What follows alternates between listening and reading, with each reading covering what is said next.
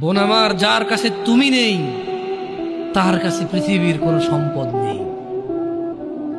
বোন আমার, 12 বছর 15 বছর বয়সে তুমি কেন বিবাহের পূর্বে আরেকজনকে তোমার শরীর ধরতে দাও? আর যুবক ভাই আমার, কি বলিস কি তুই? এই পৃথিবী আর পৃথিবীতে যা আছে এর চেয়ে মূল্যবান হচ্ছে এই মেয়েটা। তো এরকম মূল্যবান একটা জিনিস ওর ধরে ছুঁয়ে তুই ওকে ওর মূল্য কমিয়ে দিবি?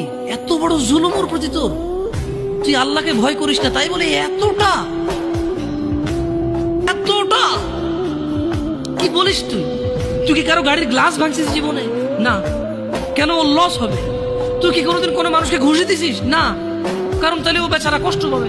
তুই কি জীবনে কারো পেটে ছুরি ঢুকাই দিছিস? না। ও মরে যাবে, তাহলে ওর ফ্যামিলি ক্ষতিগ্রস্ত, লসে পড়ে যাবে।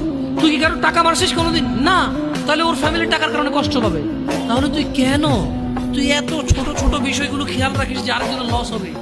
তাহলে তুই এই মেয়েটার জীবনটাকে তুই কি করলি?